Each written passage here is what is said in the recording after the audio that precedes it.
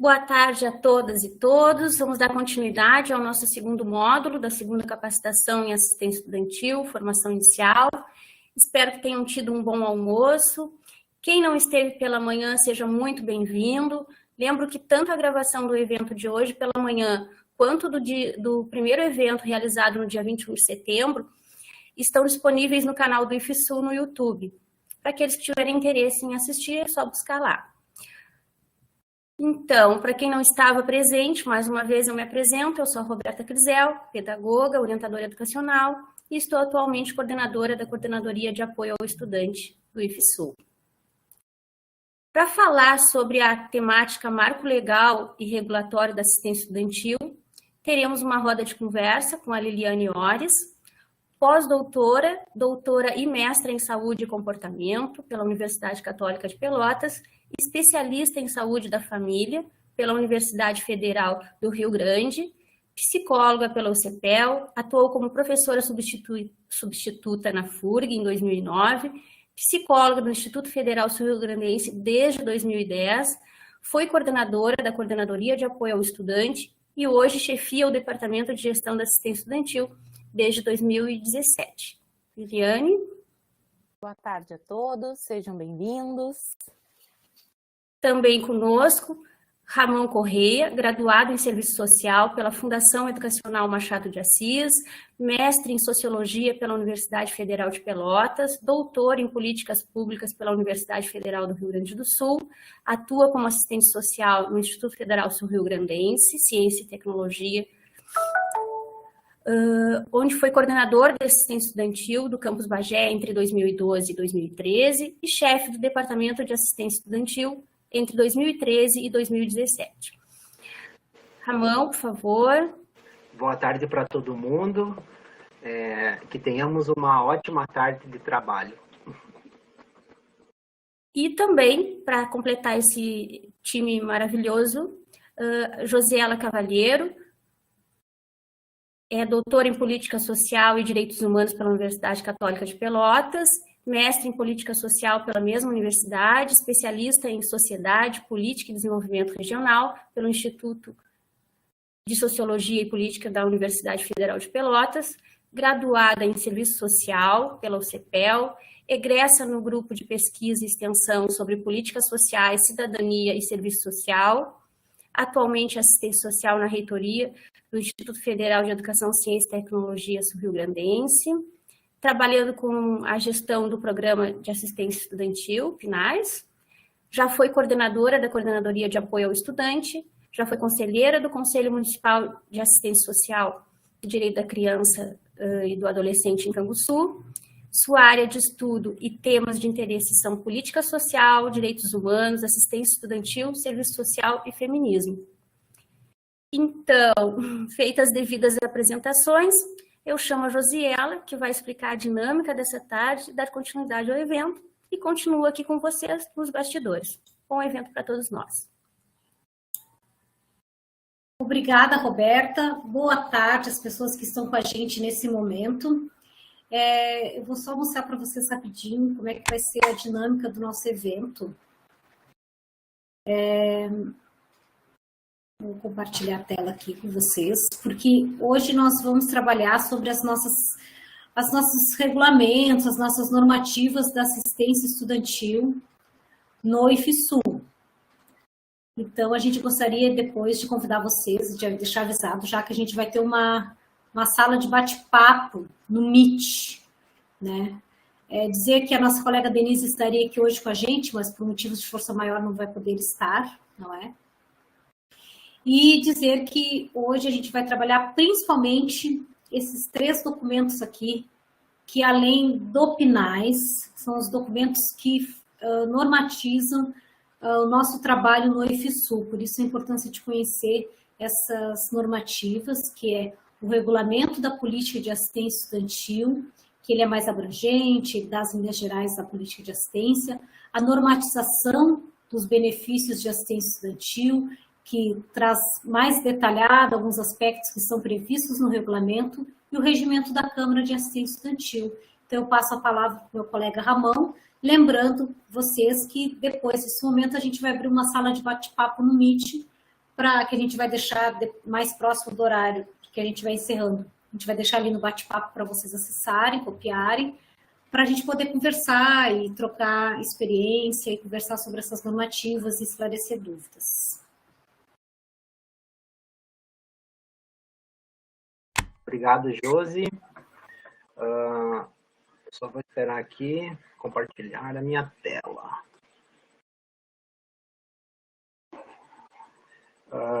Então, pessoal, como a Josi já introduziu ali, né, a proposta da nossa tarde de trabalho hoje é justamente essa, né, explorarmos um pouco a questão das normatizações, né, que caracterizam, desde o início lá do processo, em 2011, a política de assistência estudantil do IFSU, né. Então, assim, eu vou pegar mais essa parte introdutória, assim, contar um pouco da trajetória do PNAES, né? E depois a gente vai aprofundar, então, especificamente os 3 documentos que realmente instituíram a política de assistência estudantil do IFSU. Lembrando, assim, o nosso objetivo, né, com essa capacitação, né, já é a segunda que a gente faz, ainda teremos mais uma no próximo mês, né? Então, tem esse objetivo, né, principalmente focado nos nossos colegas que trabalham na política de assistência estudantil do IFSU, nos campos, na reitoria, né? Então, faz parte, assim, de um processo de ampliação da divulgação de toda a política, né? E também as pessoas de outras instituições que têm interesse na temática. Então, essa parte vai ser, assim, essa parte que eu vou apresentar para quem já trabalha com assistência estudantil, não tem nada de novo, né? Mas para quem está, assim, tendo contato pela primeira vez, aí, que iniciou o seu trabalho com assistência estudantil, né, traz um pouco, então, desses conceitos e dessa trajetória, né, que deu origem ao que a gente chama, né, de Programa Nacional de Assistência Estudantil e as políticas de assistência estudantil das universidades federais e dos institutos federais também. Então, vamos lá. Aqui. Eu trouxe algumas normatizações aqui, né, que fizeram parte da minha tese de doutorado, né, que a gente eu fiz uma pesquisa assim resgatando, né, toda a trajetória nos quadros normativos, né, nas legislações que já começaram a explorar a temática da assistência estudantil, né. Então, assim, é mais um título de curiosidade para quem tem interesse no tema e queira aprofundar seus conhecimentos, né? A gente, então, tem ao longo aí da história várias normatizações que já falavam, né, de auxílio aos estudantes, focavam ações, né, em determinados públicos, né? E sempre com aquela perspectiva da construção como um direito, né? Ao longo da história brasileira, nós tivemos momentos de avanço com relação a essa temática do auxílio aos estudantes, né? Mas também tivemos momentos de retrocesso, né? Sobretudo a partir do golpe militar de 64, né? Apesar de termos legislações importantes no período da ditadura militar, né? Sobretudo para a educação de nível superior, né?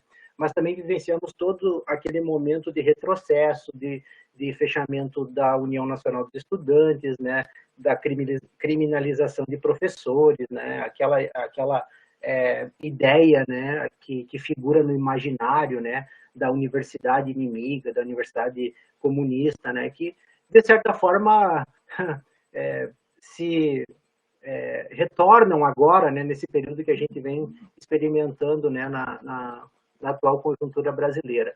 Mas, enfim, aqui, então, quase mais de um século, né, de legislações que abordaram esse tema, né, tanto o tema da educação de nível superior, quanto a temática da educação de nível técnico, quanto as questões que perpassam a assistência estudantil, né.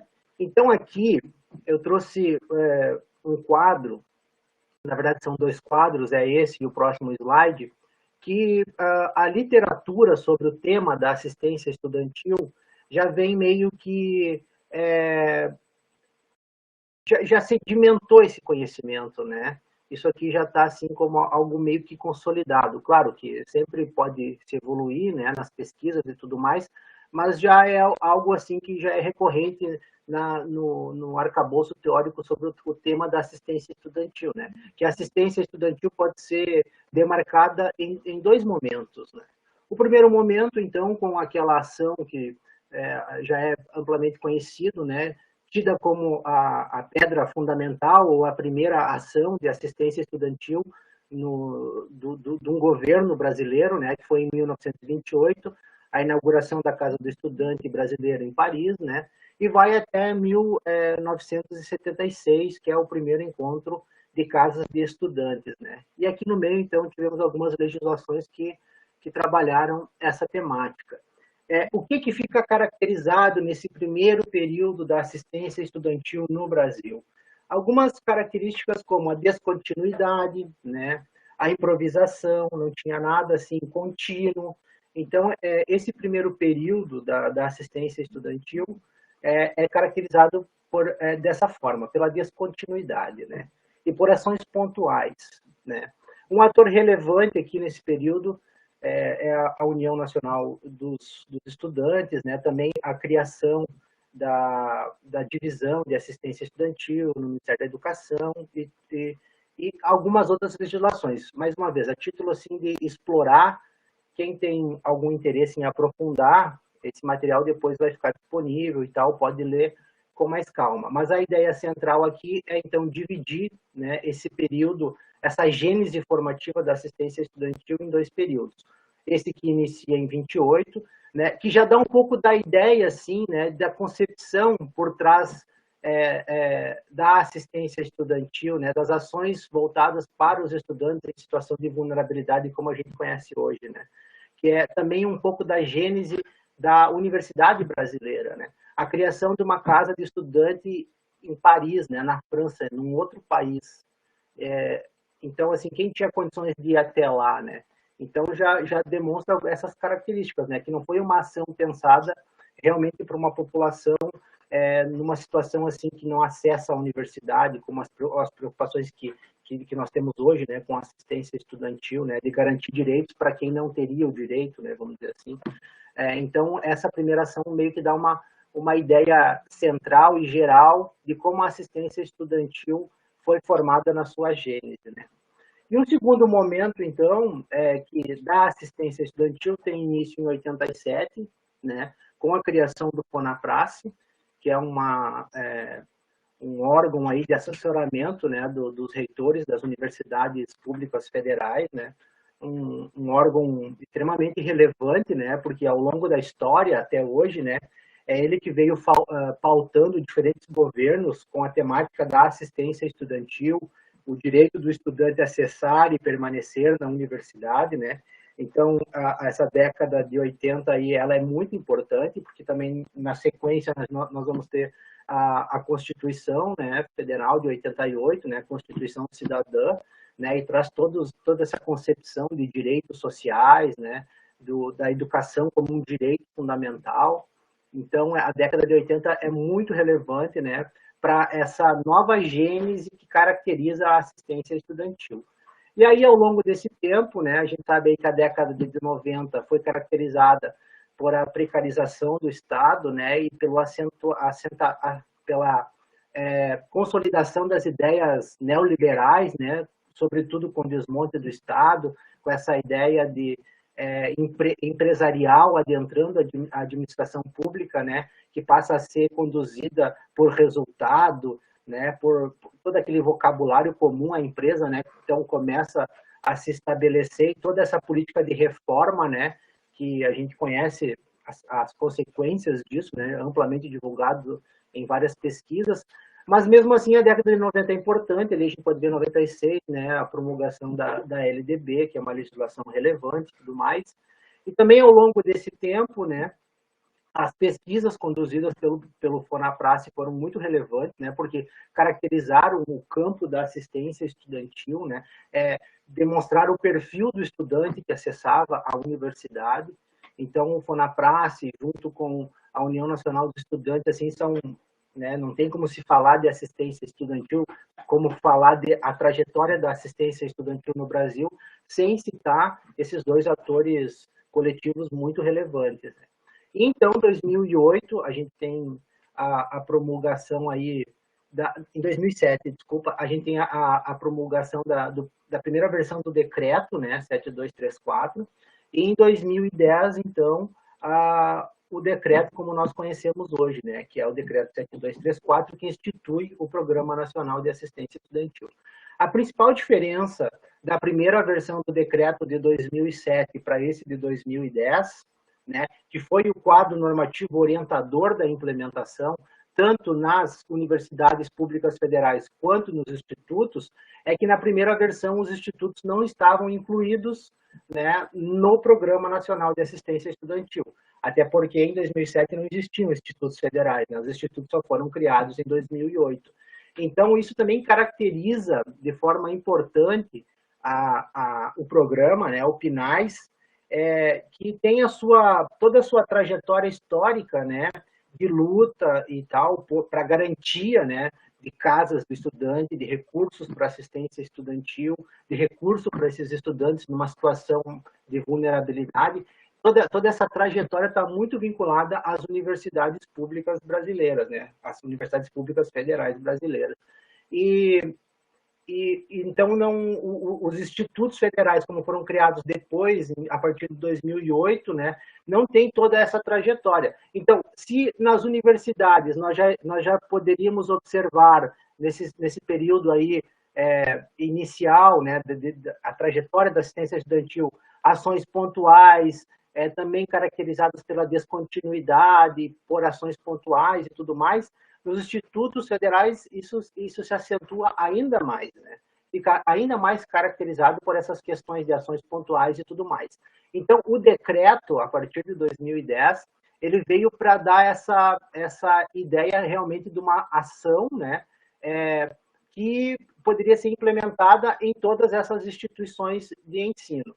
Mas a gente vai ver depois, aí, quando explorarmos as nossas documentações aí que instituíram realmente a política de assistência estudantil, que mesmo assim, mesmo se tendo esse quadro normativo importante, que foi o decreto, que eu vou explorar mais adiante, né, toda a questão da trajetória, dos profissionais envolvidos com a implementação do PNAES, né, os diferentes contextos onde o PNAES foi implementado, eles caracterizaram de forma particular as políticas de assistência estudantil das diferentes instituições. Então, esses dois quadros assim servem para dar esse panorama ao longo da história, né? Quem quiser também se aprofundar depois aí, ler cada legislação, o que foi cada período aí, mais uma vez eu reforço que esse material vai ser disponibilizado. Esse próximo slide aqui que eu trouxe, ele mostra assim um pouco a trajetória dos institutos federais, né? A gênese dos institutos federais, até a criação, em 2008, né, do que a gente conhece como Institutos Federais de Educação, Ciência e Tecnologia, né? Então, a gênese dessa instituição, né, que nós trabalhamos, né, o IFSU em particular, mas aqui no Rio Grande do Sul nós temos outros 2 institutos, né, e no Brasil afora aí, mais de 30, né, se não me falha a memória, 38 institutos, quase 500 campi aí, né, já implantados, né. A gênese, então, é essa questão da formação da mão de obra, né? Isso está presente ao longo da história, né? Também se somou na criação dos institutos, né, aquelas escolas técnicas vinculadas, né, sobretudo ao trabalho do campo, né, a questão da produção agrícola e tudo mais, né? Então, o caso dos institutos aqui do Rio Grande do Sul tem essa característica na sua formação, né? As antigas escolas técnicas lá, que remetem lá às escolas de aprendizes e artífices, né? Em conjunto com essa questão das escolas técnicas agrícolas, né? Então, esse, vamos dizer assim, caldeirão aí fervilhando originou os institutos federais. E, além de caracterizarem a própria instituição, né, essa junção de diferentes contextos, vivências, quadros de servidores e tudo mais, além de caracterizar a instituição como plural e diversa, né, também, de certa forma, imprimiu característica na construção das suas políticas, entre elas a política de assistência estudantil. Então, também, para quem quiser explorar um pouco mais, isso aqui é uma informação disponível no site do CONIF, né? Então, nesse contexto, então, né, dos institutos federais, é que ocorreu a implementação desse decreto, né, do decreto 7234. Foi implementado tanto nos institutos como nas universidades. Isso, então, como eu já falei, né, acarreta características, né, que são inerentes às políticas que se construíram. Então, o papel do decreto 7234 de 2010, né? Ele foi o quadro normativo a partir do qual as instituições implementaram o Programa Nacional de Assistência Estudantil, né? Então, o que é esse quadro? O que é esse programa, né? Ele tem lá definido quais são as finalidades, quais são os seus objetivos, quais são as áreas onde as ações de assistência deveriam ser desenvolvidas, né? Uma definição de conteúdo, né? Mas não de forma, não a forma como essas ações devem ser implementadas, né? E essa possibilidade que define o conteúdo, mas não forma, né? Que abriu possibilidades de interpretações, ressignificações, né? Que estão muito relacionadas lá a essa questão da formação da instituição, né? Qual instituto que está implementando, se é um instituto mais com vocação aí na parte da formação de mão de obra para a indústria, ou se é um instituto com uma vocação assim mais forte para a questão agrícola, né? Essas questões influenciaram nessa interpretação e no desenho que as políticas de assistência estudantil tomaram, né? Na nossa instituição, isso também ocorreu, né? Aquelas pessoas que estavam lá no processo inicial de construção, de implementação do decreto, né? Quem eram aquelas pessoas, a força política que aquela chefe lá naquela determinada data possuía para implementar as decisões, isso tudo foi importante para a caracterização da política de assistência estudantil do IFSU, né? Então, agora partindo especificamente para o decreto. O Programa Nacional de Assistência Estudantil, né? Então, reforço, né? Para quem já domina, quem já conhece, talvez fique um pouco repetitivo, né? Mas para aqueles colegas que estão chegando agora, acho que é relevante, né? Nós analisarmos assim em detalhe, né, o decreto. Então, no artigo 1º, você tem lá a finalidade do PNAES, né, que é ampliar as condições de permanência dos jovens na educação superior pública federal. Então, vejam que até aqui, né, fala de educação pública superior, né, não fala dos institutos, que tem lá os seus cursos integrados, né, cursos técnicos, né, a nível de 2º grau, né. O artigo 2, então, traz os quatro objetivos centrais, né, do Programa Nacional de Assistência Estudantil, que são democratizar as condições de permanência dos jovens na educação pública federal, minimizar os efeitos das desigualdades sociais e regionais na permanência e conclusão da educação superior, reduzir as taxas de retenção e evasão e contribuir para a promoção da inclusão social pela educação. Né, 4 objetivos assim gigantes, né, que de certa forma também acarretam uma grande responsabilidade para as instituições executoras do programa, né. No artigo 13, então, tem uma questão aqui definidora muito importante que por muitas vezes já foi geradora de polêmica e debate, né, nas nossas reuniões internas aí, nas nossas reuniões da Câmara de Assistência Estudantil, né, mas que está definida aqui no artigo 3, né, que o Instituto Federal, desde a sua criação, os institutos federais, desde a sua criação, né, eles também tiveram uma vocação que foi, assim, dada uma importância grande para a questão da educação à distância, né. Então, tem, assim, pessoas muito especializadas, principalmente na nossa instituição, né, fala a partir dessa vivência no IFSU, né, pessoas muito especializadas na questão da educação à distância e tudo mais, e sempre surge essa dúvida, por que os estudantes do ensino à distância não recebem assistência estudantil? E a resposta está aqui no artigo 3, né, é uma definição do próprio decreto, né, que o PNAE deve ser implementado de forma articulada, com atividades de ensino, pesquisa e extensão, visando o atendimento de estudantes regularmente matriculados em cursos de graduação presencial, né. Então, esse decreto aqui, de certa forma, já começa a definir o público-alvo do programa, né? Ele tem um público-alvo. Mais adiante ali nós vamos ver outras definições, mas aqui já começa uma primeira demarcação do público-alvo do programa. Estudantes de cursos presenciais. Aqui, no caso, ele põe graduação, né? Porque, como a gente vai ver, ele não estava sendo assim ainda pensado para os institutos federais. Os institutos federais vão entrar apenas no próximo artigo. Outra questão relevante, definição relevante aqui desse artigo 3 do decreto, né, são as áreas de desenvolvimento das ações de assistência estudantil, né? Então, estão aqui elencadas 10 áreas, né? Seria moradia, alimentação, atenção à saúde, inclusão digital, questão da cultura, esporte, creche, apoio pedagógico, acesso, participação e aprendizagem de estudantes com deficiência, transtornos globais e desenvolvimento, transtornos globais do desenvolvimento, altas habilidades e superdotação. Essas áreas aqui foram elencadas não ao léu, não assim, sem base.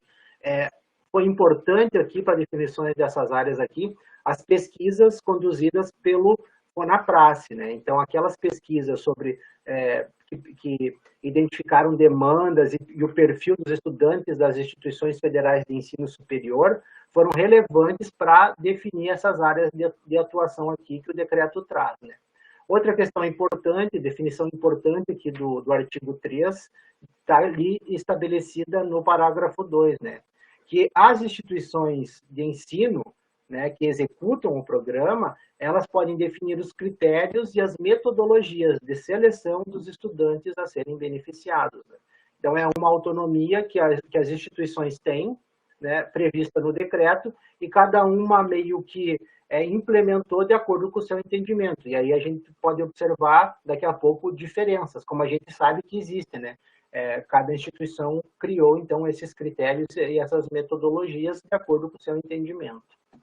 Avançando um pouco mais, então, aqui, esse artigo 4º, então, ele é relevante para os institutos federais, porque é aqui que ele começa a fazer parte desse programa, né, do PNAES. Então, o artigo 4º traz assim: as ações de assistência estudantil serão executadas por instituições federais de ensino superior, abrangendo os institutos federais de educação, ciência e tecnologia, né? Então, aqui que os IFES, então, garantiram a sua fatia, vamos dizer assim, orçamentária, né, lá vinculada à ação 2994, que garantiu uma verba para a execução do programa no nível dos institutos, né. O artigo 5º aqui, então, traz uma segunda definição, né, mais específica, né, sobre o perfil dos estudantes que serão atendidos, né. Então, serão atendidos no âmbito do PNAES prioritariamente, né, estudantes oriundos da rede pública de educação básica ou com renda familiar per capita de até um salário mínimo e meio, sem prejuízo de demais requisitos fixados pelas instituições federais de ensino superior. Aqui eu trouxe em destaque algumas outras questões aqui no inciso 1 e 2, né? A questão dos mecanismos de acompanhamento e avaliação do PNAES, né? Então, da mesma forma que aqui a questão dos critérios e metodologias de seleção, também o decreto abriu essa possibilidade das instituições executoras do programa definirem os seus mecanismos de acompanhamento e avaliação do PNAES, né? Então, tudo isso foram regulamentações, normatizações instituídas, né, por meio do decreto, que abriram essa possibilidade das instituições executoras definirem, né, essas questões, por exemplo, de acompanhamento, avaliação e seleção de estudante, que foram imprimindo características a essas políticas. Por isso que nós temos políticas variadas de assistência estudantil, tanto nos IFES quanto nas universidades, né. E aqui, então, já me encaminhando para o final dessa primeira parte aqui, né, o artigo 8º aqui, né, diz assim da onde que vem o recurso para o financiamento das ações de assistência estudantil, né. Então, as despesas do PNAES correrão à conta das dotações orçamentárias anualmente consignadas ao Ministério da Educação. Então, é aqui que se garante, então, que todo ano vem verbas para a execução do PNAES, né. Mais adiante, talvez, quando nós migrarmos para a outra sala, a gente pode aprofundar as discussões, né, sobre essa questão também que o recurso, principalmente sobre o perfil, né, que o decreto estabelece um perfil, né, ali ele diz estudantes oriundos da rede pública com renda familiar per capita de até 1,5. No caso particular do IFSU, a gente já não consegue atender todo esse público definido pelo decreto, né? Porque o recurso que é repassado ao Instituto, né, todos os anos, cada vez menos vem conseguindo dar conta de toda a demanda por assistência estudantil. Mas acho que isso ainda, então, fica para um segundo momento.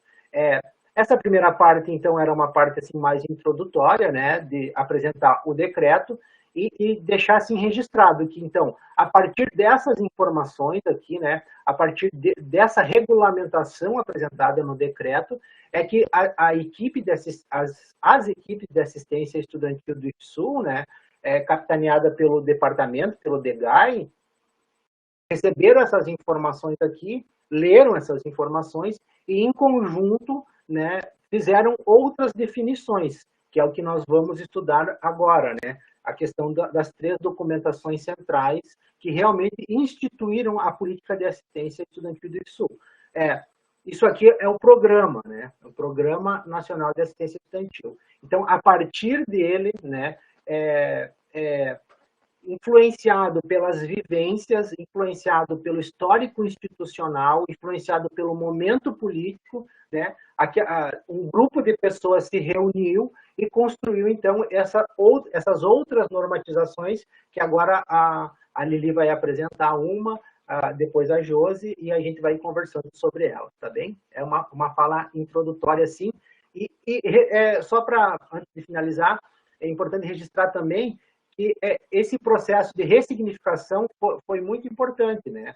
Foi muito importante, foi um processo democrático, né? Envolveu vários atores da instituição, né? Já foi revisado também, mas enfim, acho que a gente pode aprofundar agora no decorrer da apresentação essas outras questões. Encerro por aqui, então, e passo para a Liliane.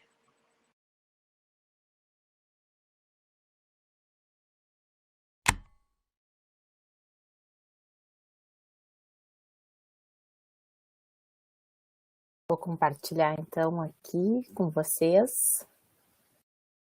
Opa.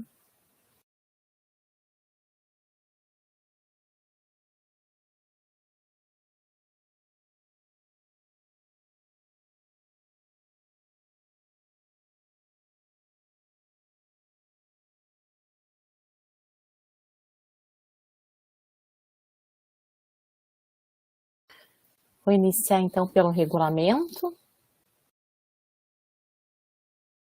Nosso regulamento, então, da política de assistência estudantil.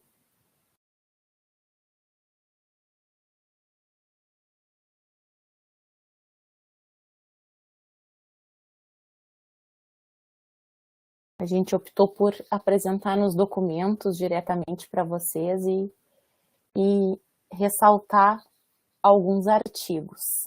Tá? Depois esse material vai ser disponibilizado, então. Então, aqui no início do nosso regulamento, né, no artigo 1º, que trata, então, sobre a política de assistência estudantil do Instituto Federal de Educação, Ciência e Tecnologia sul-rio-grandense, como um conjunto de princípios e diretrizes que norteia a implementação de ações que promovam o acesso, a permanência e o êxito dos estudantes, na perspectiva de equidade, produção de conhecimento, melhoria do desempenho acadêmico e da qualidade de vida. Então, a política de assistência estudantil será gerida pelo Departamento de Gestão de Assistência Estudantil, DEGAI, e pelas equipes de assistência estudantil dos campos. E a Câmara de Assistência Estudantil, de caráter consultivo e propositivo, funcionará como órgão de apoio ao Departamento de Gestão de Assistência Estudantil. Esse documento, depois da Câmara de Assistência Estudantil, a Josiela, em seguida, vai estar apresentando aqui para vocês, né? Como ela demonstrou ali no início da fala, são os nossos 3 documentos, junto com a normatização, que, então, regem, né, trazem as normas para a gente, então, trabalhar com a política de assistência estudantil do IFSU, a PAI, que nós chamamos.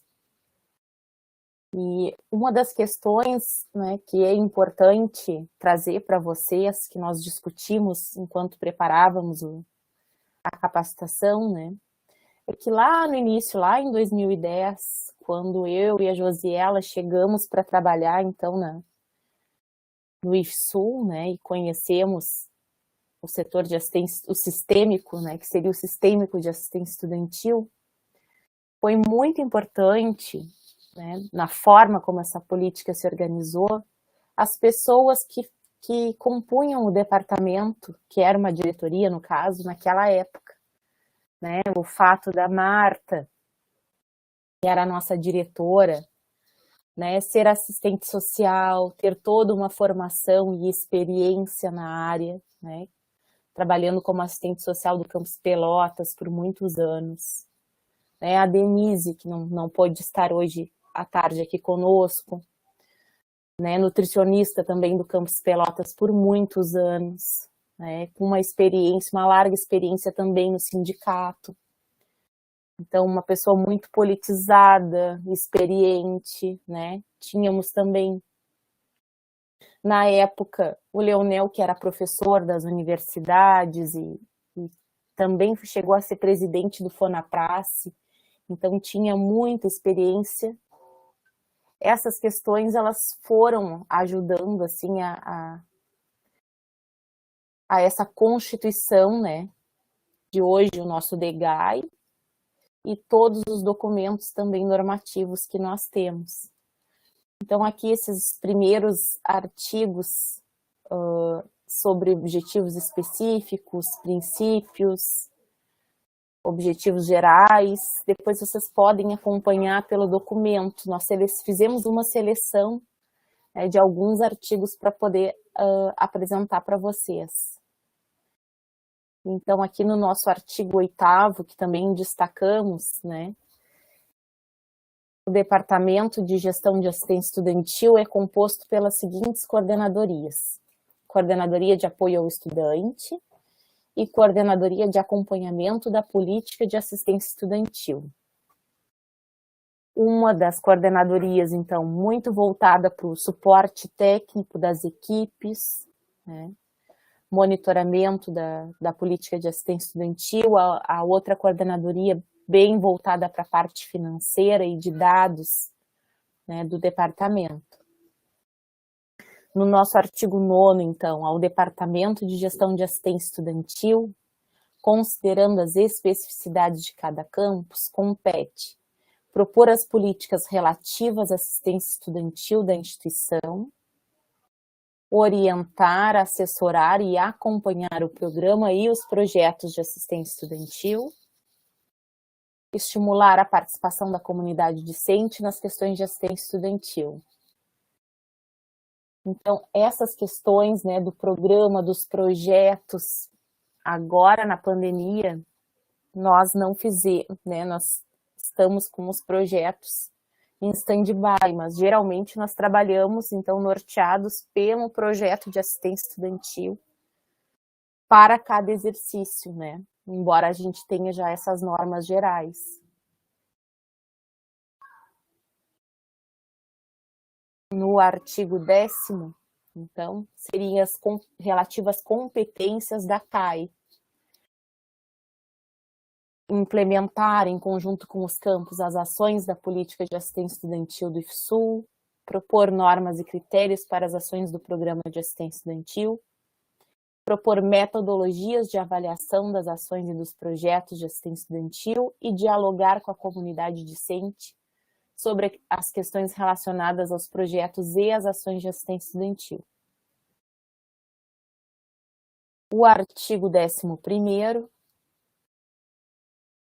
é sobre as competências da CAPAI, que são, né, de acompanhar e apoiar o desenvolvimento das ações e dos projetos de assistência estudantil junto aos campos, propor instrumentos que permitam pesquisar sistematicamente a realidade socioeconômica e educacional dos usuários do programa de assistência estudantil, gerir e acompanhar a execução financeira e os recursos orçamentários destinados à assistência e organizar o banco de dados da PAI, do programa, né? O artigo 12º, nos campos, as ações de assistência estudantil, elas podem ser desenvolvidas pelo Departamento de Ensino ou estarem vinculadas ao gabinete do diretor-geral, conforme a estrutura organizacional definida pelo seu regimento interno. No nosso instituto, então, o campus Pelotas Visconde da Graça se diferencia por ser ligado diretamente ao gabinete do diretor-geral, assistência estudantil, né? Nos demais campos, atualmente são todos ligados ao departamento ou diretoria de ensino do campus. Inclusive nós, do Departamento de Gestão de Assistência Estudantil, estamos ligados à Pró-Reitoria de Ensino. E já fomos uma diretoria ligada diretamente ao reitor. Então, essa mesma estrutura, né, ela se repete. Com relação ao capítulo 4, então, dos usuários.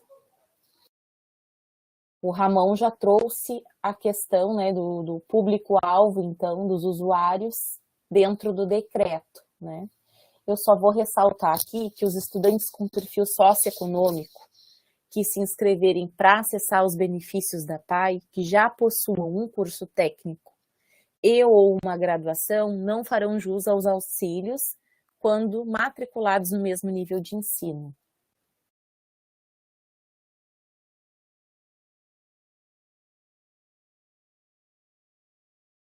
Aqui, então, no capítulo 5 do acesso aos benefícios, eu passo a palavra para a Josiela.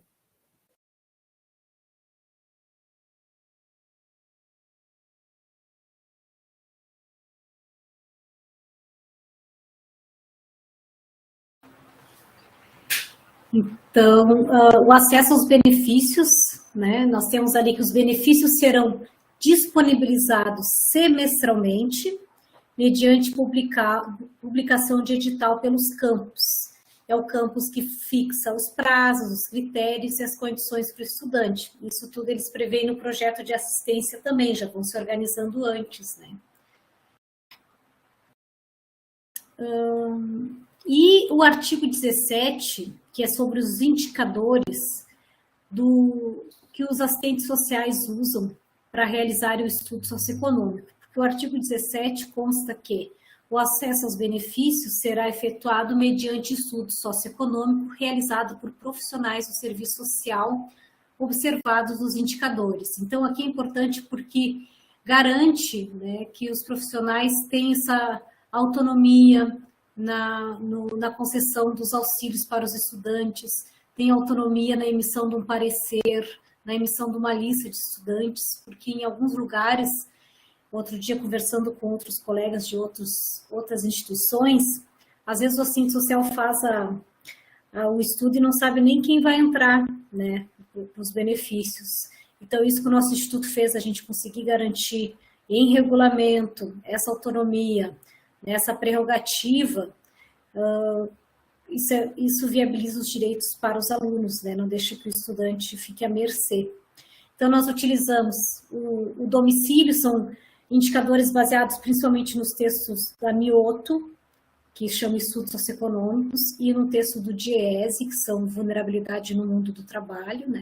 Então, tem o domicílio, o parentesco, os afetos. Então, a gente muda um pouco o patamar, né, mais abrangente, as condições de moradia e habitação, as condições de trabalho formal e informal dos membros. Ali, até o artigo 4º, é bem o texto da Mioto, né, sobre estudos socioeconômicos. As condições de trabalho formal e informal dos membros desse grupo familiar, né? As relações de dependência econômica e afetiva, também isso é do texto da Mioto. O número de pessoas presentes nas relações de parentesco e dependência econômica e afetiva. As despesas familiares, a renda per capita, é um dos indicadores, né? Ela não é o determinante para um assistente social emitir o parecer, senão não precisaria ter formação de serviço social. Não é para fazer isso, precisa ter uma formação abrangente para ser o assistente social que vá dar esse parecer de forma correta, porque se for só pela renda todo mundo divide e calcula, né? Mas é o conjunto desses indicadores. Os bens patrimoniais, as famílias, aí aqui entra indicadores de maior vulnerabilidade, famílias com apenas um cônjuge, com filhos pequenos, principalmente se forem mulheres, mães de família, chefes de família, mulheres pretas, né? Famílias que possuem pessoas com alguma deficiência, famílias que tenham pessoas com doenças crônicas, que tem lá a portaria do Ministério da Saúde que dispõe sobre quais são essas doenças. A escolaridade do estudante e dos demais membros da família, ele serve principalmente como um indicador assim, de perfil dessa família, desses pais, né, dessas pessoas responsáveis por esses estudantes. E a forma de ingresso no IFSU, se ele entrou por políticas de ações afirmativas, também é um indicador que pode representar a vulnerabilidade social. Então, isso é bem importante para garantir os direitos dos alunos nesse acesso.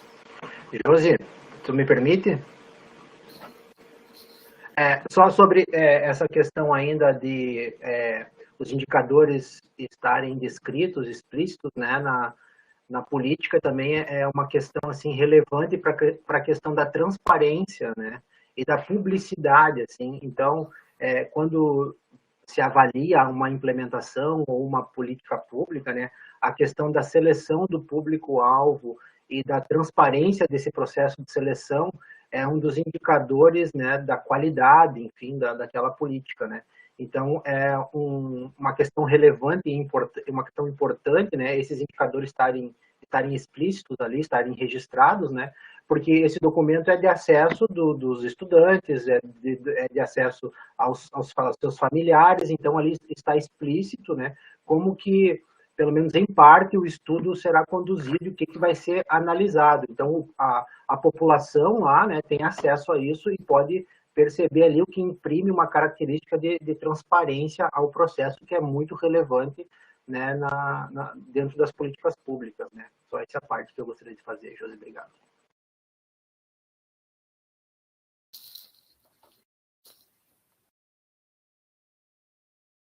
Obrigada, Ramon. Sou eu ainda? Sim, Josi. Ah, tá. Então, desculpem. Caberá à assistência estudantil do campus, a cada concessão de benefício, dar ciência e disponibilizar a normatização dos benefícios ao usuário. Então, isso também é uma coisa, essas rotinas que os campus já faziam em outras épocas, de trazer as regras, né, do jogo, de como as coisas acontecem, também a gente quis garantir em regulamento, né, para que as pessoas saibam que ela tem direito a receber esse regulamento dos benefícios. Então, sempre, depois, uma vez por semestre, o campus deve reunir os usuários e entregar todas as normativas para eles e fazer uma explanação, para que esse estudante tenha uma primeira informação sobre os benefícios. Aqui a gente fez alguns capítulos assim, sobre a duração dos benefícios, a permanência nos benefícios, isso foi algo muito, muito discutido, né? O usuário terá o benefício automaticamente cancelado após a conclusão de todas as disciplinas do curso. Então, aqui no nosso instituto não acontece assim do estudante todo semestre tem que concorrer ao benefício. Ele ingressou uma vez, ele vai continuar até o final do curso. Ele só vai sair se ele cumprir outras regras que depois vão aparecer. Então, ele tem esse direito garantido. Isso é muito importante, porque isso traz segurança para o estudante, tranquilidade, né? Respeito ao direito dele. Os usuários que estão realizando atividade de estágio não serão ofertados auxílios de assistência estudantil. Agora, da permanência no benefício. O que são fatores de permanência no benefício? É a frequência e o aproveitamento acadêmico do estudante. Então, o estudante se discutiu lá nos encontros os primeiros encontros da assistência estudantil nos IFES lá de Fortaleza, né? Lili, lembrando que a frequência deveria ser o único pré-requisito para cobrar do estudante, né? A única contrapartida, a frequência. E a gente utiliza a frequência, o aproveitamento acadêmico, depois vocês vão ver que é 50% de aprovação e 50% das disciplinas, né? E a utilização adequada do benefício. Também esse termo, na época que ele foi criado, ele foi muito falado como é que a utilização adequada do benefício, né? Como é que todas as situações que envolvem a utilização adequada do benefício. Por exemplo, nessa época a gente teve estudantes que falsificavam contratos de moradia, por exemplo, e não utilizavam o benefício do auxílio moradia para pagar a moradia, utilizavam para outros fins, no caso, né? Tinham de morar e enganou a assistência, né? Então, isso sim é uma utilização inadequada do benefício, né? Uma fraude. E quando o estudante não cumpre o requisito do aproveitamento acadêmico ou utilização adequada do benefício, esse poderá se justificar por escrito. Então, tudo na assistência ainda possibilita justificativa por escrito. E aí o campus vai dizer se cancela ou não, vai ler essa justificativa do aluno e vai dizer se cancela ou não. E os usuários que tiverem os seus benefícios cancelados vão poder concorrer novamente aos benefícios, respeitando o intervalo de um edital, que vai dar aproximadamente um semestre, né? Obrigada, Josi. Acho que é importante ressaltar, ali também nesse capítulo, né, que essa contrapartida, vamos dizer assim, né, que o estudante deve apresentar, né, ela não tem nenhum caráter assim policialesco, né, ou de ameaça para o estudante, não, né? Ele está vinculado aos próprios objetivos, tanto do PNAES quanto da nossa própria política, né? Que os objetivos são, dentre os objetivos estão que o estudante acesse, né, e conclua o seu percurso formativo, né? Então, para ele concluir esse percurso formativo na instituição, né, ele tem que ter um certo índice de aproveitamento, né, e um certo índice de frequência. Então, esses artigos aí, né, essas normas estabelecidas aí na política, elas cumprem esse papel no sentido do objetivo, né? E não na questão de policiar ou ameaçar os estudantes. Olha, se tu não fizer tal coisa, tu vai perder teus benefícios. O objetivo não conversa, né, com isso. Até porque se ele perder por nota, né, se ele tiver com notas ruins, ele não pode perder o benefício por estar com notas ruins. Ele tem que ter o acompanhamento de 2 profissionais da assistência, Isso. Tem que ter um parecer escrito, tanto dizendo que ele pode continuar, mesmo reprovando no que o regulamento pede ali, mesmo que ele esteja com bastante reprovação, se os profissionais da assistência estudantil do campus emitirem um parecer dizendo que esse estudante, apesar de estar descumprindo aí o que pede o regulamento, porque estão acompanhando ele e ele precisa do benefício, não será retirado. Viu? Tendo parecer dos profissionais, nada é retirado. Né? Ou né? Depende, daqui a pouco ele vai dar um parecer que seja retirado. Né? Mas, para isso, o estudante sempre tem como recorrer também. Se ele discordar, ele vai recorrer. Perfeito. Então, essas questões, né, elas nos servem, né, muito mais para o acompanhamento do aluno e todas as condições, e poder prover todas as condições que ele necessita, sejam pedagógicas, sejam emocionais, né, sejam sociais, né, muito mais para a gente poder acompanhar, para as equipes poderem acompanhar, né, e documentar tudo do que para um prejuízo em si do aluno, né. Então, aqui no nosso artigo 28º, né, caberá aos campos monitorar a frequência, o aproveitamento acadêmico e o uso adequado do benefício previstos no artigo 25 e disponibilizar a informação ao DEGAI por meio de relatórios mensais ou semestrais. Aqui eu faço uma pausa para mostrar para vocês um modelo de relatório que a gente utiliza, bem simples. Esse é o nosso relatório. A gente optou por receber ele de forma semestral ou anual, vai depender de cada campus, da organização do campus e dos cursos ofertados, né? Dos estudantes usuários, então da assistente estudantil, infrequentes ou com baixo rendimento acadêmico. Aí está aqui que o relatório é previsto no artigo 28º do regulamento da PAI, do IFSU, né, 2 quadros simples, um com relação à frequência mensal, menor que 75%, e aí os meses, se ele for só semestral, só de janeiro a junho, ou de julho a dezembro, né, e dados extraídos do SUAP, que é o nosso sistema atualmente, né, no período tal. Então, os pareceres relativos à infrequência encontram-se no setor de assistência estudantil do campus, conforme a normatização dos benefícios da assistência estudantil do IFSU. Depois o rendimento acadêmico, da mesma forma, menor do que 50%.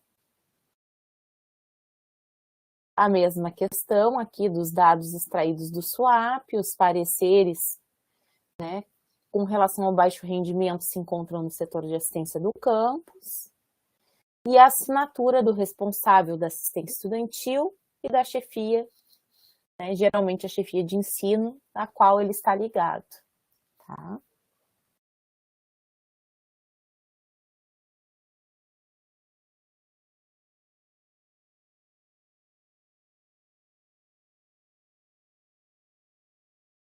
Então, aqui prosseguindo no nosso regulamento da política de assistência estudantil. No capítulo 8, então, a gente fala do afastamento. Então, no artigo 28º, né, o estudante que necessitar de afastamento do programa por motivos de saúde ou por força de cumprimento de obrigação decorrente de lei, deverá informar a assistência estudantil do campus para o registro no sentido de assegurar o seu reingresso, né, de acordo com a disponibilidade orçamentária. Esses casos são bem frequentes com relação aos alunos que vão para o quartel, né, na nossa instituição, né, ou por algum atestado médico, gravidez, enfim, né. O capítulo, então, 9, dos tipos de benefícios. Aqui, então, no nosso artigo 30, né, ele traz, então, as ações, né, da política de assistência estudantil do IFSU. Então, considerando a demanda potencial por assistência identificada nos estudos socioeconômicos. Então, o auxílio alimentação, auxílio moradia, auxílio transporte, auxílio à participação estudantil em eventos, o acompanhamento biopsicossocial pedagógico, o auxílio material escolar e o auxílio emergencial. Os campos priorizarão, então, a alimentação, moradia e transporte, identificada a demanda entre seus estudantes. Então, desde 2013, na verdade, nós temos priorizado essas 3 ações, de alimentação, transporte e moradia, né, em função, então, da demanda maior do que o que a gente consegue atender com o orçamento da assistência estudantil. Então, as demais ações, elas vão ser atendidas à medida que aquelas a que se referem o parágrafo 1º forem supridas, né, com exceção ao acompanhamento biopsicossocial pedagógico, que independe, né, de recurso, de orçamento. Então, vai depender do atendimento integral dos benefícios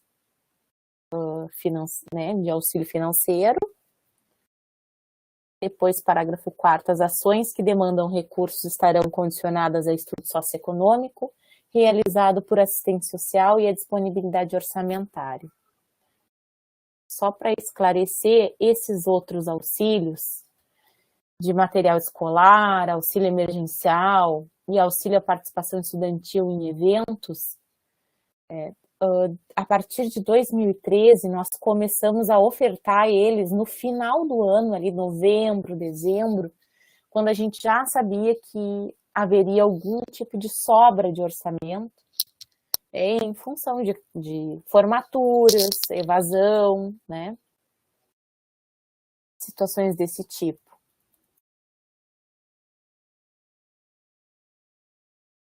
Aí depois aqui, o artigo 31. Então, auxílio alimentação, né, são ofertados de 2 formas, né, ou pelo auxílio financeiro, ou pelo refeitório, que nós temos em 2 campos, o campus Pelotas e o campus Pelotas Visconde da Graça. O nosso auxílio financeiro, né, nossa bolsa alimentação, é no valor de R$200 atualmente, né, até hoje, no caso. E durante a pandemia, nós trabalhamos também com as cestas básicas, com fornecimento de cestas básicas. Porque utilizamos, então, né, a maior parte do recurso foi proveniente do Programa Nacional de Alimentação Escolar, que antes era direcionada principalmente para os refeitórios. E durante esse período de pandemia, então, nós fizemos uma compra, né, de gêneros alimentícios, então, pela Pró-Reitoria de Administração e Planejamento, e distribuímos, então, essas cestas nos campos do IFSU. Né? Já é o segundo ano que a gente faz essa ação. O artigo 32º, então, fala do auxílio moradia, disponibilizando condições de moradia aos usuários oriundos de outro município ou da zona rural, que não possuam nem os seus pais casa própria no município do campus, através de auxílio financeiro ou alojamento. Né? Então, a gente tem o alojamento somente do campus Pelotas Visconde da Graça. Nos outros campos, é ofertado, então, um auxílio financeiro por 12 meses no valor de R$300. Esses valores, é importante ressaltar que esses valores, eles constam em portaria. Tá? E são ininterruptos, né, auxílio moradia. Isso, 12 meses ininterruptos. O artigo 33º, então, trata do auxílio transporte, que propiciará o deslocamento dos usuários que necessitarem de transporte, através do fornecimento de auxílio financeiro, ou vale transporte, ou recarregamento de cartão eletrônico de transporte público. Depois, o artigo 35 trata do acompanhamento biopsicossocial pedagógico, como uma ação de incentivo à melhoria do desempenho escolar, que prevê o atendimento ao estudante pela equipe multidisciplinar de cada campus. Aqui, quando a gente pensou nesse nome, né, nós tentamos abarcar as áreas dos profissionais que atendem os alunos nas equipes de assistência estudantil, né? E, inclusive, foi inserido naquela proposta diminuta IPTC para os institutos, né? E só para fazer um parênteses, eu lembro da Liliane levantando o bracinho lá no evento, falando para inserir esse termo, né? E foi aceito. Lembro, saíram todos. Foi muito legal ter participado dessa construção, né, Josi? Depois o artigo 36º, né? Falando do auxílio material escolar, então, que visa subsidiar o material necessário ao desenvolvimento das atividades acadêmicas na modalidade de auxílio financeiro. Nas vezes que nós distribuímos esse auxílio, nós pegamos praticamente todo o recurso de sobra ali no mês de dezembro e dividimos ele entre todos os estudantes, né, que eram, né, usuários da assistência estudantil. A gente fazia um rateio mesmo, uma divisão de tudo que sobrava para os estudantes, então poderem comprar seus materiais. O artigo 37º fala do auxílio emergencial, então será concedido através de auxílio financeiro em situações pontuais para o atendimento de necessidades, esgotadas as possibilidades oferecidas pelo Sistema Único de Saúde. Esse auxílio também, muito com relação à questão de sobra, já ofertamos eles, a maioria das vezes que nós ofertamos ele foi com algum propósito realmente para a saúde, ou um óculos, uma consulta psiquiátrica, alguma consulta de alguma especialidade. E é acompanhado de parecer do profissional, né? Para ser liberado, o profissional tem que assinar. Exatamente. A gente geralmente pedia até mais de um, né, Josi? Quando era possível, mais de um profissional que acompanhasse o caso e pudesse, então, colocar no parecer. Depois o capítulo 10 dos recursos humanos, então.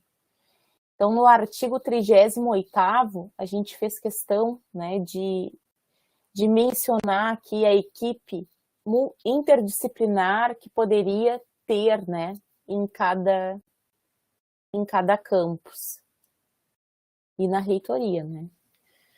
Então, colocamos os profissionais de educação física, enfermagem, medicina, nutrição, odontologia, pedagogia, psicologia, serviço social e outras áreas correlatas.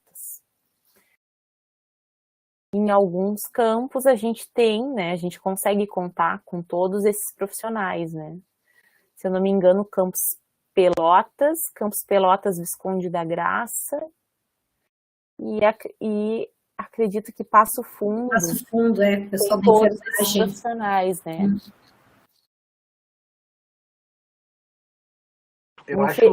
Infelizmente não são todos os campos, né? Nos outros campos faltam ou assistente social ou psicólogo. Falta até da equipe mínima, mas é importante ressaltar, né, que esses 3 têm os profissionais. Desculpa, Ramon, te cortei. Não, tranquilo. Não, para contribuir assim, né? Eu acho que depois também vale nós ressaltarmos, né, que isso foi um documento coletivo, né? Nós demoramos muito para construir, né? E depois revisamos ele ainda, né? Então, essa questão das equipes mínimas, assim, foi um entendimento coletivo, né? E foi importante nós registrarmos ali, né? Porque, por mais que vários dos nossos campos não possuam equipes mínimas, né? Eu acho que esse é uma das principais lacunas na implementação da política de assistência estudantil do IFSU, né? Não ter essa garantia de equipes mínimas, né? Nós temos registrado isso, e isso pode pautar, né, as gestões, né, para se ter esses profissionais, porque isso impacta diretamente na qualidade dos serviços ofertados, né, aos nossos estudantes, ao público-alvo, né. Então, está aqui registrado, ainda não se materializou, não se alcançou ainda esse objetivo, mas a nossa política de assistência estudantil reconhece a importância de todos esses profissionais e a garantia das equipes mínimas nos campos, né. E para complementar, voltando assim lá no artigo anterior que a Lili leu, mas no sentido do que o Ramon está falando, que quando a gente estava criando assistência, pensando nos campos, a gente não deixou se criar núcleos de assistência, lembra? A gente queria que fosse coordenadorias ou departamentos, porque se fosse núcleo, essa pessoa nunca teria, né, uma função gratificada para assumir aquelas responsabilidades, né? Então, se for, né, ter se lutou para que se tivesse coordenadorias, e hoje a gente tem 5 campos que têm coordenadorias, tem outros que não, que são menores, são ligados ao ensino, mas ter tirado a concepção de núcleo foi bem importante nesse processo, não ter adotado essa concepção de núcleo, porque se teria perdido muita coisa se tivesse adotado isso. Bem lembrado. Essa questão das coordenadorias impacta bastante até hoje, né, o nosso trabalho, o trabalho das equipes. Então, é um registro bem importante. Então, no capítulo 11º, então, fala dos recursos financeiros, né, então está descrito aqui que eles serão originários do PNAES, conforme o decreto. O artigo 40, então, fala do estudo da demanda potencial por assistência estudantil, servirá de base para a propositura de ações. Aqui é bom lembrar... bem importante. Opa, desculpa, Josi. Não, era isso mesmo que você ia falar, pode falar. Que é bem importante esse artigo, ele nos dá base até hoje nesse sentido, porque às vezes não temos o recurso suficiente, né, nos dá a possibilidade de abrir um edital de estudo de demanda, né? Não sei se era isso que tu ia falar, Josi. A gente abre, ele subsidia o edital de demandas quando não há dinheiro para fazer assistência estudantil, que ainda não se sabe, né, quanto vai ter em algum momento, né? Faz o edital de demandas e depois o campus não precisa fazer um novo edital de acesso. Esse edital de demandas, assim que vem o recurso financeiro, né, ele vira um edital de acesso. Então, o edital de demandas, ele tem todos os protocolos de edital de acesso, só que ele se chama de demanda, porque porque ele ainda não garante quantos vão ser atendidos, né? Quantas bolsas tem disponíveis. Ele mede a demanda, ele averigua a demanda. Mas no momento que vem o recurso, todos os alunos ali que tiverem direito, conforme a disponibilidade orçamentária, vão ser atendidos. No capítulo, então, 12º, sobre a avaliação, no artigo 41º, então, a política de assistência estudantil sofrerá avaliação de processo a cada 2 anos e a cada 4 anos será objeto de avaliação de impacto. Nós temos até uma avaliação publicada em e-book, depois a gente pode compartilhar com vocês também, bem grande, um trabalho bem grande que foi que a gente realizou. O capítulo 13º, então, trata das disposições finais. No seu artigo 42º, poderão ser criados, alterados ou extintos projetos referentes às ações da PAI, quando se configurar necessário. O artigo 43º, os usuários da PAI poderão concorrer às bolsas de ensino, pesquisa e extensão. Esse artigo a gente considera bem importante, porque em algum momento se questionou isso, né? Se os usuários da assistência estudantil, como já recebiam bolsas, se eles poderiam concorrer a outros editais. E depois aqui o finalzinho, né? Que é o nosso regulamento. Essa já é a revisão, conforme o Ramão mencionou. Ele foi, então, aprovado pelo Conselho Superior, mediante a resolução número 56 de 2015, de 2 de julho de 2015. Então, esse aqui é o nosso regulamento. Agora eu vou compartilhar com vocês a normatização para a Josiela dar sequência. Obrigada, Lili. Eu até já estava me preparando para compartilhar, se fosse o caso. Então, como vocês puderam ver, a gente tem o regulamento, que dá as linhas gerais, e a normatização vai dar bem o cotidiano da assistência, né? Bem questões de pagamento, até a gente não vai se deter muito nela, né? Porque vocês vão poder ver depois isso, né? Estudar mais aprofundado. Mas a gente quer mostrar alguns exemplos, né? Então, o capítulo 1 vai dizer o seguinte, né? Que esse documento estabelece as normas para a concessão dos benefícios da política de assistência estudantil. Então, aqui vai ter bem detalhado como é que vai ser o auxílio moradia e as regras, o auxílio transporte e as regras. O artigo 2, onde constam benefícios essenciais, né? O artigo 2 ali, ele é importante, porque ele trata da oferta prioritária que a Lili falou antes, né? Porque depois de 2015, como foi se reduzindo o orçamento da assistência estudantil e foi aumentando o número de estudantes, a gente não queria ficar fazendo rateio da política de assistência, pagando qualquer valor para cada estudante, né? O estudante que solicitasse auxílio transporte, a gente primeiro priorizou os auxílios, que a gente chama assistência social básica, que é alimentação, transporte e moradia.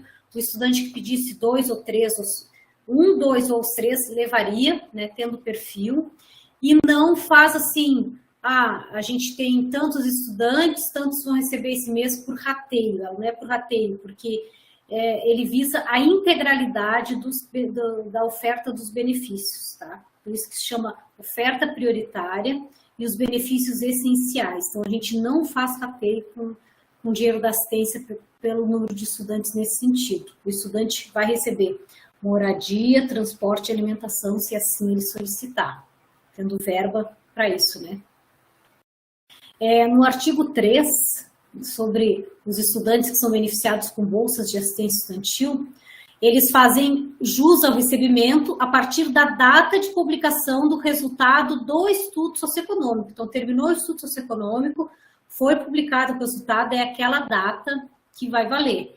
Se ele publicar o estudo até o dia 15 do mês, o estudante recebe integral, né? Mas se ele publicar na segunda quinzena, aí ele não será integral. Será referente a 15 dias do mês o pagamento do auxílio. Com exceção do auxílio moradia, né? não tem como pagar ele ao meio, no caso, né? Cada pagamento será correspondente ao mês em curso, preferencialmente até o 5º dia útil de cada mês. Isso foi feito um trabalho muito junto aos departamentos de administração, né, Lili e Ramon. Se trazia muito nos primeiros anos de assistência estudantil, junto à equipe de assistência, o departamento de administração para cada campus, para não ter atraso nos pagamentos. Se vocês forem falar, vocês me interrompem, porque eu não estou enxergando vocês, tá? Tá. Cada pagamento será correspondente ao mês em curso até o dia 5º dia útil, tá? É permitido o pagamento de auxílio moradia, alimentação e material escolar ou emergencial a estudantes em regimes de exercício domiciliares, conforme a organização didática do IFSUL, desde que tenha o parecer técnico da equipe de assistência. Então, muitas das nossas regras sempre implicam em parecer técnico da assistência. E até o que está, às vezes, fora da regra, se tiver parecer técnico, a gente avalia, né? A questão da frequência mensal mínima, de 75% sobre o total da carga horária, sob pena de suspensão ou cancelamento, se não justificar, né? Havendo frequência inferior a 75%, serão averiguadas as causas da infrequência e realizados os encaminhamentos. Não pode cortar o benefício por infrequência, né? Tem que averiguar antes. Alguém vai falar? Tem uma respiração. Mesmo com a frequência inferior a 75%, havendo justificativa por escrito e comprovada de forma idônea pelo estudante, o setor competente poderá decidir pela não suspensão do benefício. Então, ele ainda pode receber o benefício infrequente, desde que tenha um parecer técnico da equipe do campus, de pelo menos 2 profissionais, né? Permanecendo com a frequência inferior por 3 meses consecutivos e sem justificativa, os benefícios serão cancelados. E para acessar novamente, deverá respeitar o intervalo de um edital.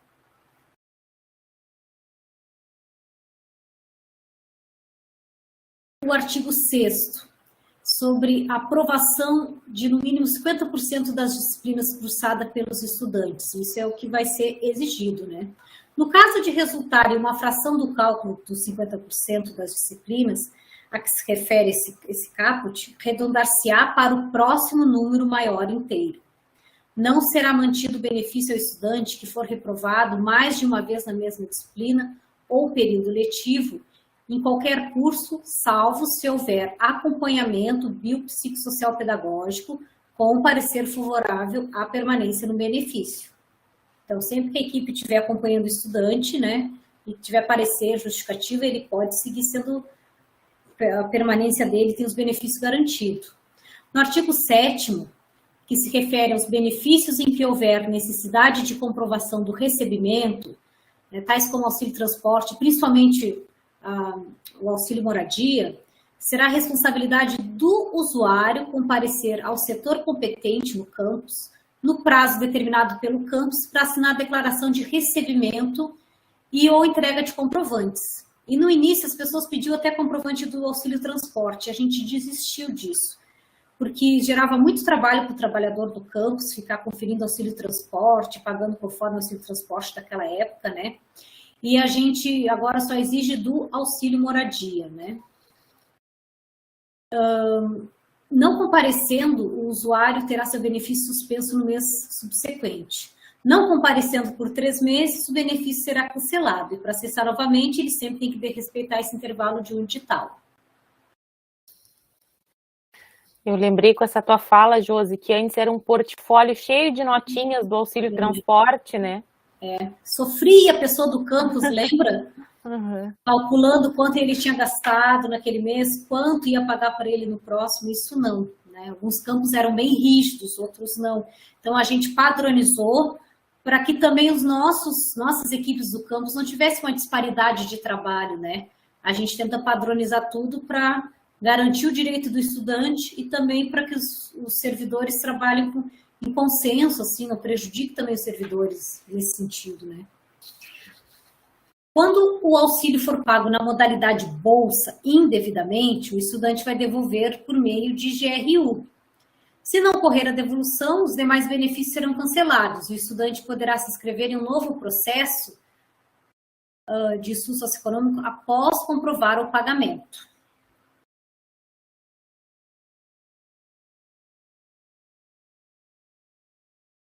Então, pessoal, eu vou falar um pouco sobre os benefícios, né? Vocês observaram, então, que o regulamento, né, ele traz lá, elenca, né, os benefícios, né, da política, e aqui a normatização, então, ela traz os detalhes, né, os pormenores de como que acontece. Aquela fala ali da Josi no início é bem isso aí. Aqui traz mais a operacionalização do dia a dia.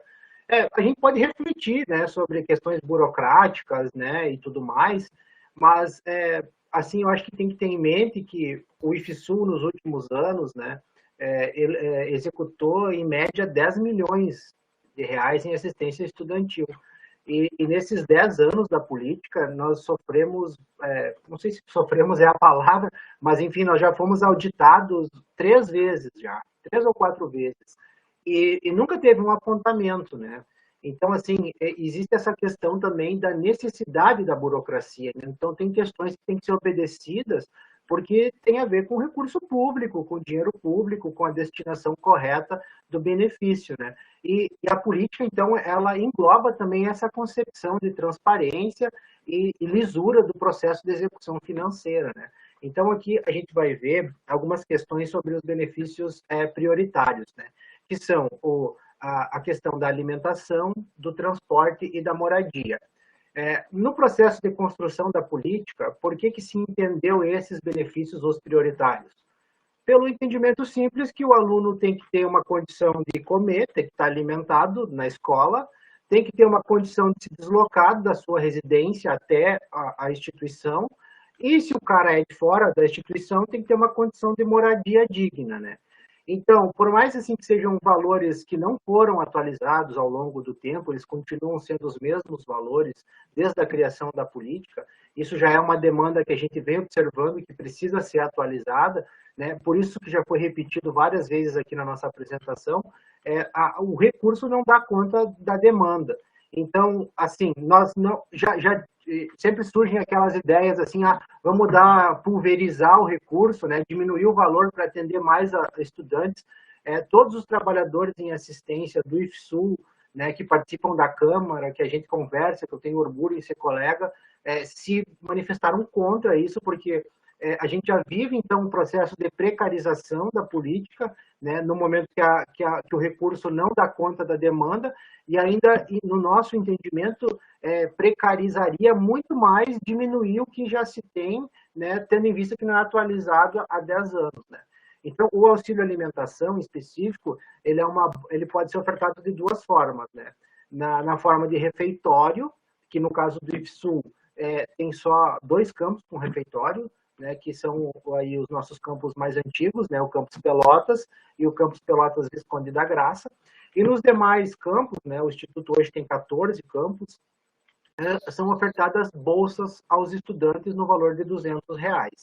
Né? Como se chegou nesses R$200 aí? É um valor diário, né, R$10, multiplicado pelo número de dias letivos, 200 dias letivos, divididos em 10 parcelas. Aí, então, se tem uma bolsa de R$200, pagas durante 10 meses, né? É o ideal? A gente sabe que já não é o ideal, né? É difícil tu manter uma alimentação com R$10, né, durante um dia, em cursos daqui a pouco que é integral, né? Mas, enfim, aí também é uma questão da gente reavaliar dentro da política. Muitas pessoas já entendem que não dá conta, e realmente eu entendo que não dá conta também. Mas, em relação ao auxílio alimentação, esse é assim que ele se construiu, né? Uma bolsa de R$200 por 10 meses. Lili? Ia complementar? Não. Tá, pode ir passando, então. Então, depois do auxílio alimentação, então aqui vai ter, então, o pormenor, assim, de como que ele acontece. Aqui no artigo 12 traz isso que eu acabei de explicar. O valor do auxílio alimentação, quando paga através de bolsa, terá como parâmetro um valor diário, R$10, a ser multiplicado por 200 dias letivos anuais e dividido por 10 parcelas fixas, né? Enquanto o estudante estiver matriculado. Então, a questão da comprovação, né, como a Josi falou, assim, nós já já fomos assim mais exigentes com relação à comprovação, mas entendemos que foi uma burocracia desnecessária, né? Mas também por questões de auditoria interna, né, não se eliminou completamente. Então, assim, no momento de presencial, né, antes da pandemia, o que se exigia era apenas uma assinatura do estudante em uma lista, né, comprovando que ele recebeu aquele valor, até por um resguardo, né, da execução da política, com a questão financeira e tudo mais, né. Com relação ao auxílio transporte, também nós temos 3 formas de oferta, né? Por meio de bolsa, por meio de vale transporte e por meio de cartão eletrônico. Sempre lembrando, assim, para quem não é do Instituto, né, ou quem não trabalha no Instituto que está nos acompanhando, né, os institutos federais, com a sua criação em 2008, assim, eles inovaram na questão de campos descentralizados, né? Então, tem uma estrutura de reitoria e campos descentralizados.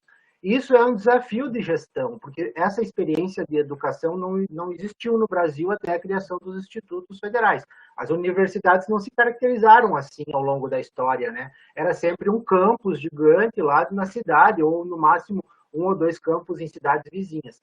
E o Instituto inovou com essa questão dos campos espalhados numa determinada região. Isso acarretou vários desafios, por exemplo, na questão do transporte. Tu tem cidades aí que tem um sistema de transporte público efetivo, trabalha com cartão eletrônico, trabalha com vale transporte, e em outros campos tu não tem nada.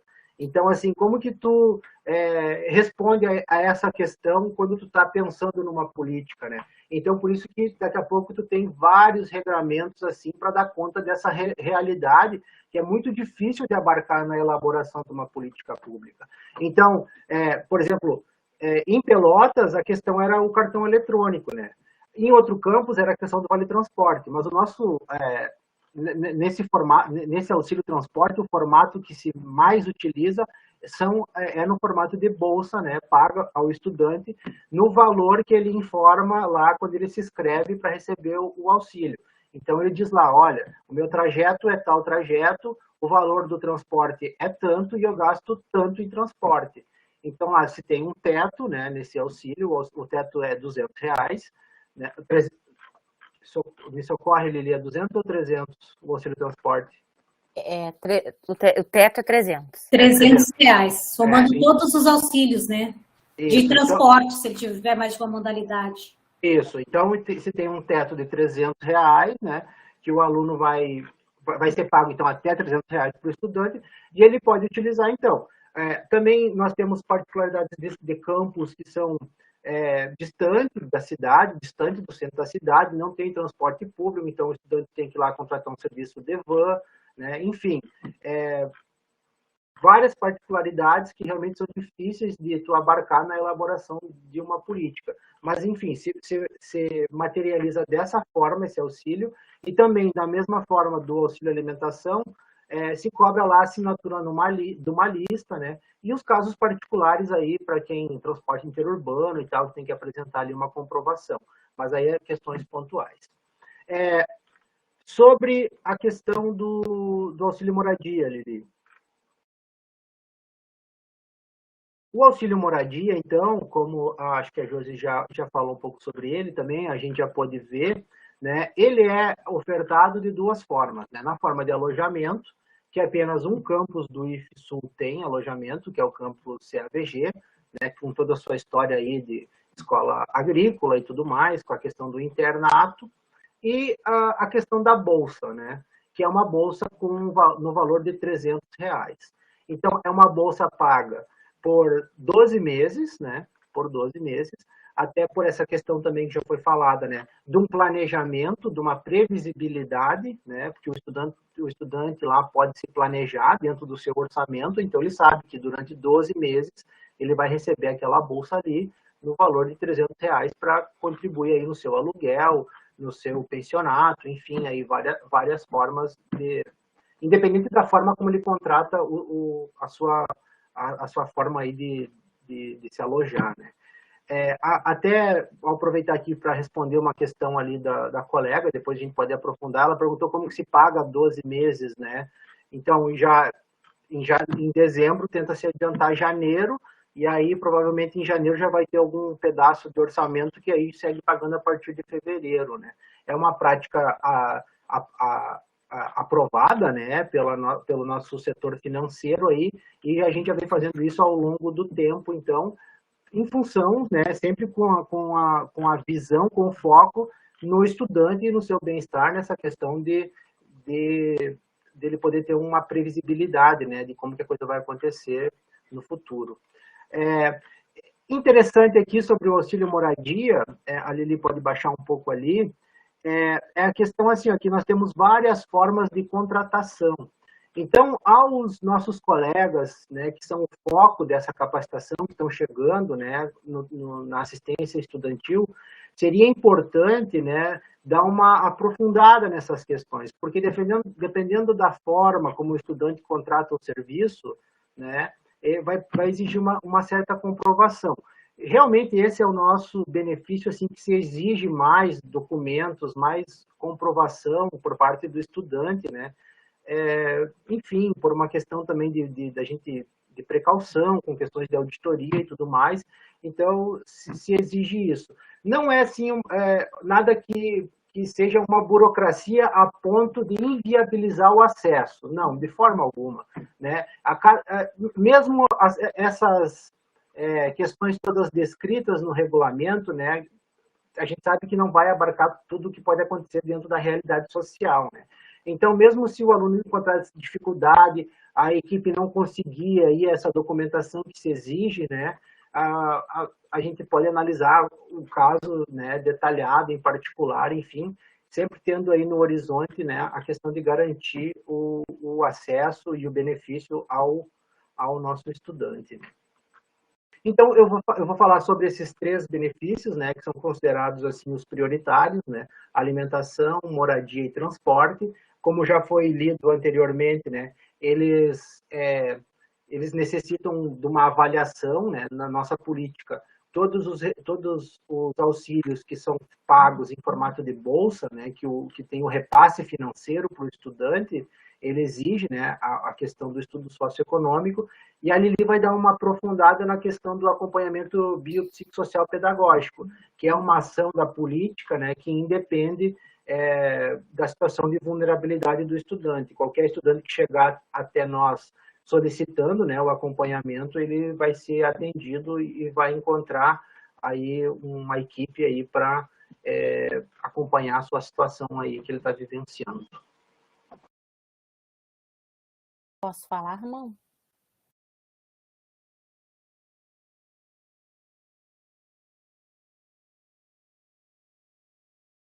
Pode falar, Lili. Então, aqui na normatização, a gente detalha um pouquinho mais, né, a respeito do acompanhamento biopsicossocial pedagógico que eu havia comentado com vocês ali no nosso regulamento, né? Então, no artigo 28, traz que o acompanhamento biopsicossocial pedagógico será concedido independentemente de estudo socioeconômico aos estudantes com matrícula ativa no Instituto ao longo de todo o período letivo, na medida da disponibilidade de profissionais no campus. Essa questão é importante porque, como a gente havia mencionado, né, às vezes nós não temos ou assistente social ou psicólogo no campus. Geralmente o pedagogo sempre tem, né, nos campos do IFSU. O DEGAI tem uma história, né, de conseguir dar suporte muitas vezes aos campos que não têm esses profissionais, né? Mas pode acontecer, né, de em algum momento não se conseguir.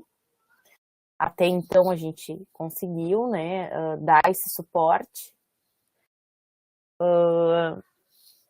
Lembrando assim da psicologia, por exemplo, né, eu que sou psicóloga e faço então muitas vezes o atendimento das situações, né, como psicólogo escolar, das situações de campus que não tem os profissionais de psicologia.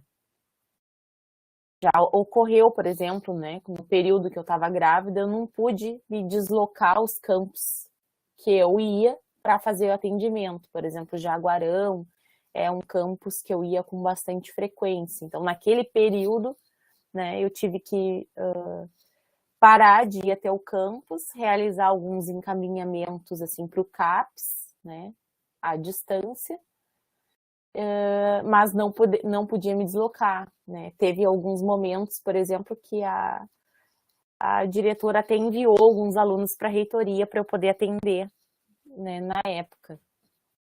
Então, pode acontecer, né, de os profissionais não conseguirem dar todo o suporte que o campus necessita. E é claro que quando a gente atende, assim, né, na reitoria para os campus, não é a mesma coisa do que ter o profissional no dia a dia do campus.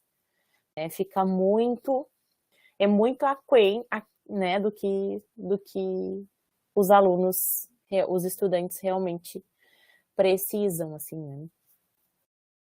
Agora, nesse período de pandemia, nós acabamos remodelando, né? Principalmente ali no início da pandemia, a gente fez como que uma corrida, né, das áreas profissionais, né, para buscar, então, como que seria fazer um atendimento online para o estudante. Né? Então, a gente formou um grupo que a gente chamou de escuta sensível, uma rede multiprofissional, né, com profissionais de todas essas áreas que a gente listou ali no regulamento para vocês, né? Consideramos até que a nossa integração, né, melhorou, né, entre reitoria, entre campus, entre os profissionais em geral, porque não tínhamos tanta proximidade quanto acabamos tendo depois, né, desse período de trabalho remoto.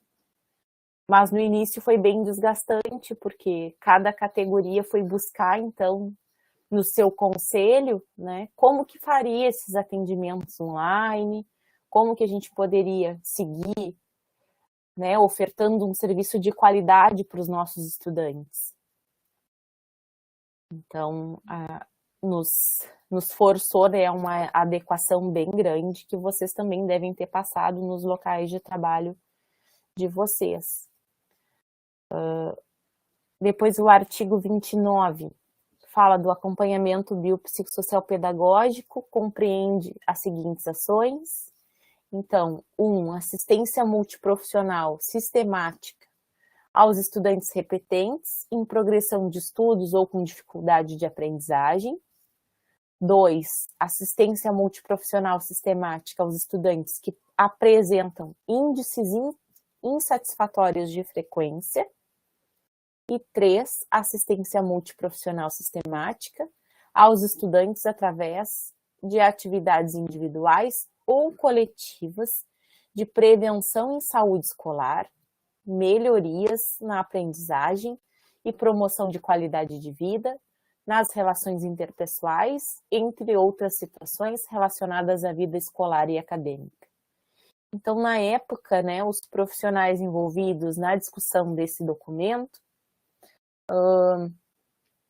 acreditaram, então, que seria interessante, né, dividir nesses 3 itens aqui as ações, então, que estariam compreendidas dentro desse acompanhamento biopsicossocial pedagógico. Tá? E aí, incluímos também nesse parágrafo único que as categorias profissionais envolvidas com acompanhamento poderão reunir-se em fóruns de discussão para contribuir no aprimoramento do processo de trabalho, qualificando questões relativas à assistência estudantil, ensino e aprendizagem. Nós ainda temos que avançar nessa questão, né, dos fóruns de discussão, porque atualmente a gente se reúne, né, por categoria profissional, por exemplo. A categoria da psicologia se reúne, do serviço social se reúne. Né? Agora, a pedagogia voltou a se reunir, teve um encontro de assessorias pedagógicas, acho que mês passado, se não me engano. Nesse espaço que eu coloquei para vocês, da escuta sensível, vários profissionais acabaram se reunindo de diversas áreas, da enfermagem, da psicologia, do serviço social, da pedagogia, mas a gente não tem fóruns mais organizados ainda dentro da nossa instituição, né, multiprofissionais, que acho que seria um próximo passo aí de avanço para a gente construir coletivamente. A mão? Não, é importante assim também registrar, né, que por mais que esses quadros normativos, né, assim sejam importantes, né, e eles dão as linhas de ação, né, da instituição e para os profissionais envolvidos com a política, né, nisso que a Lili acabou de falar, e também em outros momentos a gente sempre observa assim a autonomia dos profissionais, né? A gente sempre os nossos quadros aqui que instituem a política, eles não retiram de forma alguma a autonomia dos profissionais, né? E muitas vezes, na maioria dos casos, né, essa questão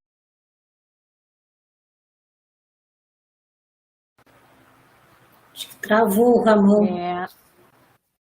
Não, eu ia acrescentar que no caso ali do acompanhamento biopsicossocial, né, quando, por exemplo, eu sou assistente social na reitoria, eu não faço o trabalho com a assistente social do campus faria, né, eu presto uma assessoria por numa atividade pontual com um período determinado, né.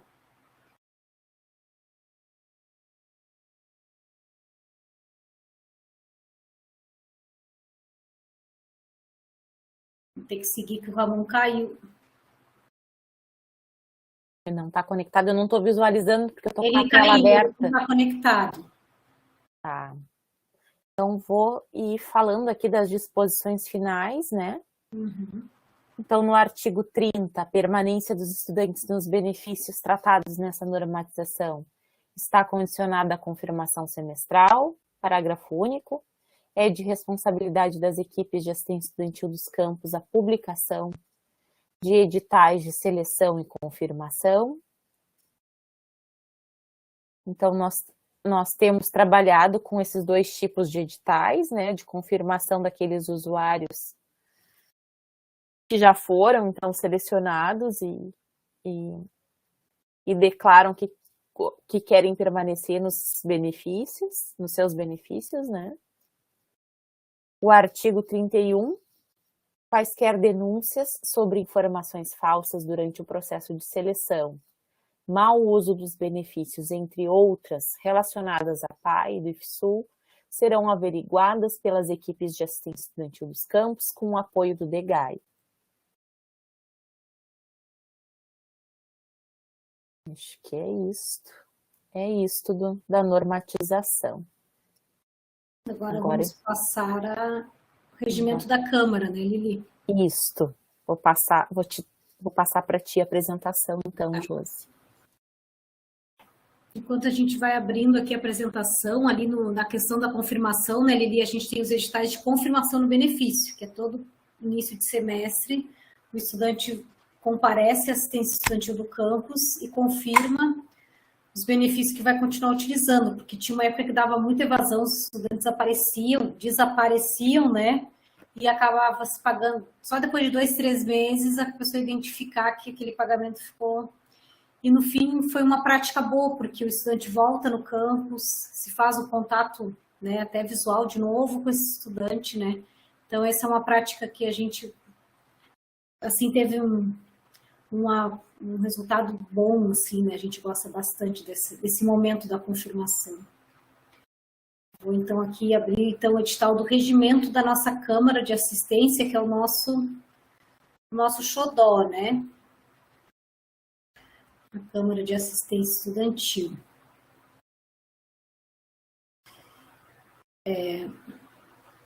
Isso. Tudo certinho, estão vendo? Josi. Tá vendo? Não sei se eu desconectei. Não, a gente está te enxergando. Está enxergando o teu slide. Tá. Então, esse é o regimento da Câmara de Assistência, ele ainda é de 2011, né, que o DEGAI era DIGAI, que hoje nós somos o seu DEGAI e nós antes éramos a dona DIGAI, né, era uma diretoria, agora somos um departamento. Então, A Câmara de Assistência é um órgão de apoio à Diretoria de Gestão de Assistência Estudantil, que no caso hoje é o DEGAI, e às equipes de assistência estudantil dos campi, de caráter consultivo e propositivo. E a finalidade da Câmara é contribuir para a integração dos campi na busca de um constante aperfeiçoamento e desenvolvimento das questões relacionadas à assistência. Devendo, então, quais as finalidades, né? Propor a reformulação e a atualização das políticas e diretrizes que permitem a articulação do desenvolvimento das ações de AE. Então, todo esse arcabouço de regulamentos é proposto e reformulado por essas pessoas, que é um representante de cada campus, né? Atuar na defesa da assistência estudantil, enquanto um direito social, visando contribuir para a permanência e êxito do estudante. Apoiar estudos e pesquisas na área da assistência estudantil, realizar reuniões, congressos, conferências, eventos, né, relacionados à assistência estudantil, acompanhar as ações da Política Nacional de Assistência Estudantil. O artigo 3, quem são os membros na Câmara de Assistência Estudantil? Então, são os titulares e suplentes, que têm direito a voz e voto. São, o primeiro, o diretor do DEGAI, do Departamento de Assistência Estudantil, a diretora, no caso a Lili, né, diretora do DEGAI, que é membro nato da Câmara. Os servidores e servidoras de carreira da instituição, integrantes das equipes de assistência estudantil dos campi. Os membros da Câmara, titular e suplente, serão designados pelo diretor-geral de cada campus. Apenas os membros titulares terão direito a voto e, na sua ausência, os suplentes. Geralmente, a gente não tem grandes problemas com isso, do diretor indicar, né? Mas a gente pede que, preferencialmente, seja um membro da equipe mínima, assistente social, psicólogo ou pedagogo.